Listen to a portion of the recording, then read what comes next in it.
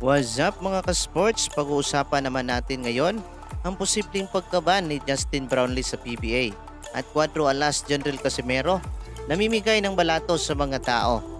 Ngunit bago yan mga ka-sports, makisuyo naman ako, pahampas naman ang subscribe button at i-hit ang notification bell for more updates sa ating muntin channel. Base sa inilabas ng Spin.ph mga ka-sports, ay namimiligro umano ang pambato ng Hinebra na si Justin Noype Brownlee na mabans sa PBA.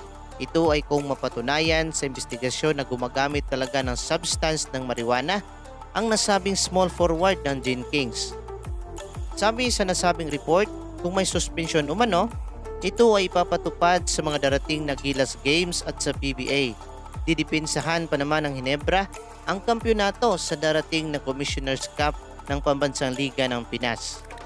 Dagdag naman ng Philippine Olympic Committee o POC President Abraham Tolentino, kung may kumpirmadong suspensyon ay ipapasa ito sa International Federation o sa FIBA.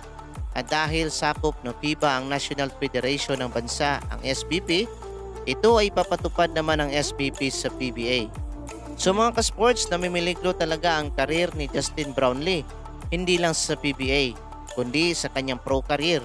Dahil pag ito'y mapatunayan at mapatawan ng suspensyon, ay hindi na siya maaring maglaro ng ilang buwan o taon ng any professional games tulad ng nangyari noon ni Kiefer Ravena.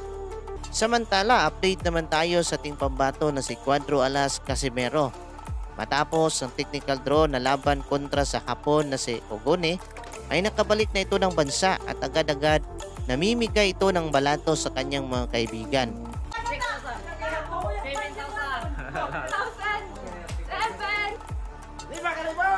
At kaugnay sa kanyang plano, sinabi din ni Casimero na sa susunod niyang laban ay sa Amerika na ito mag-ensayo. At sinabi pa niya na gusto niyang makaharap ang monster ng Japan na si Inoue. Nakakawalang gana na daw mag-training kundi pa si Inoue ang kanyang makaharap. At sabi pa niya, kukuha na umano ito ng conditioning coach alinsunod sa panawagan ng kanyang mga tagahanga.